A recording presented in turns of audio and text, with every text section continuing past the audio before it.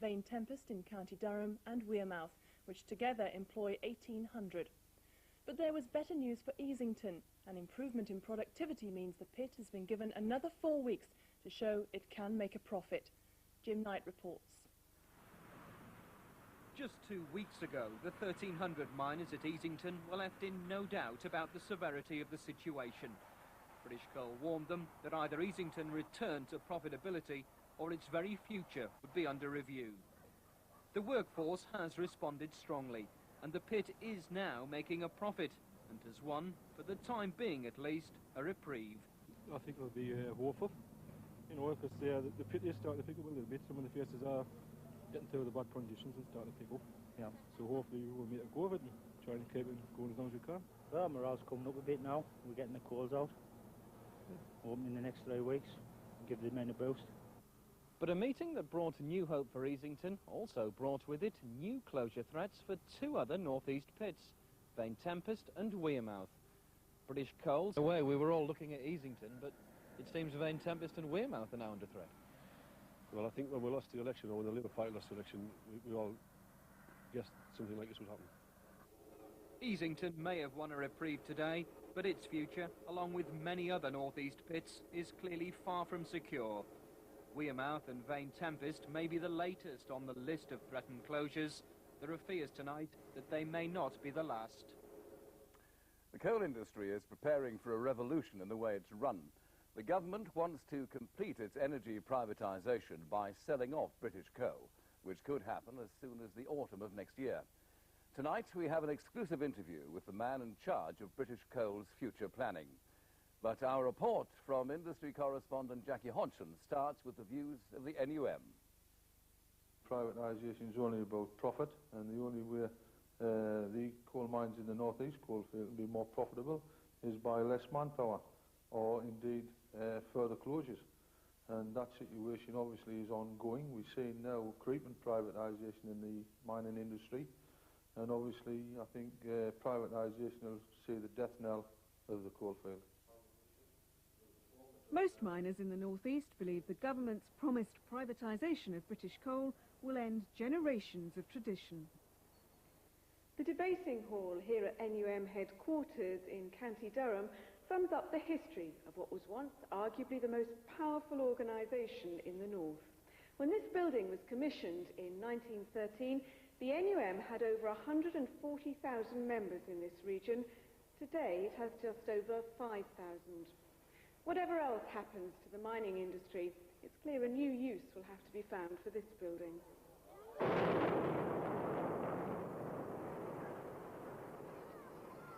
The demise of coal-fired power stations, like the Stellars on the Tyne, is only part of the reason why miners feel clouds loom on their horizon. The newly privatised generating companies no longer guarantee British Coal a market for its product. There are rumours that a gas-fired station may be built on this site, and cheap imports threaten the home-produced coal. It's claimed British Coal could lose half its current generator order. You write away for jobs, and you never get responses to them. It depresses you a little bit, but I suppose you learn to cope with it. Frank Andrews has been looking for work since January, when he left Merton. Despite 22 years' experience, so far he's had no luck. Over the last year, 1,700 men have lost their jobs as northeast pits close. British Coal Enterprise has set up a job shop to try to help them find work. If predictions come true, many more miners may find themselves needing these services, and they're being warned they may have to lower their expectations. People who leave British Coal have got to accept the reality of life, and the reality is that British Coal is a good, caring employer who pays well. And the chances are that someone who leaves the industry is not going to enjoy that benefit.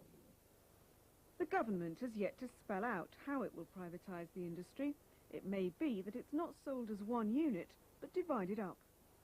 Currently there is the rumour that British Coal will be broken into 2 main companies, with but where the North East fits into that, we're not quite sure. But I think these 2 companies really one will be based around Nottinghamshire and one will be based around Yorkshire. Is there a problem that the North East field has contracted so much? It's now a very small component within British coal, and it's got a tendency to be left out in the cold somewhat. Because of its geographical position and because a large proportion of the coal still goes down to markets like the Thames power stations, it's very vulnerable to competition from imports. That's the major threat, I think, to the North East. The government says privatisation provides the motivation miners need to become efficient and competitive. Opponents believe it will inevitably lead to more closures. But British Coal does not publicly agree that it faces a substantial loss in its markets. I don't accept that we are by definition going to lose 50% of the coal industry. But even if we did, we would still be a very big coal company by world standards. The biggest coal company in the Western world is about 80 million tonnes of output. So if we were, as low as you suggest, 40 million tonnes of output, we'd still be bigger than the perhaps 8th or 9th biggest coal-producing company in the United States. So certainly you can sustain a coal industry. If you make yourselves more productive, don't you run the risk of having far fewer pits? No, we don't.